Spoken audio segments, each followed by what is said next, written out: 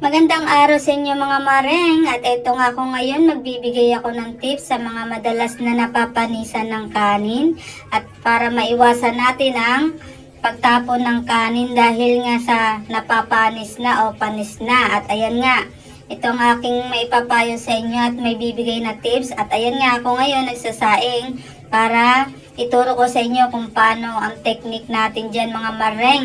At ayan nga, hinuhugasan ko na yung bigas na aking sasaingin ngayong araw na ito mga mareng.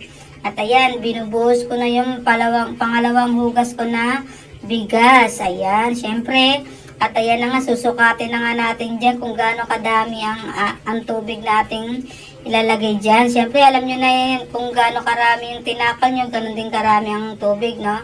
At ayan nga, binuksan ko na yung kalan at sinalang ko na yung sinugasan kong bigas. At ayan, maglalagay tayo ng kaunting suka mga mareng.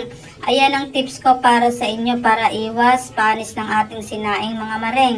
Gawin nyo na para masubukan nyo na mga mareng. Salamat!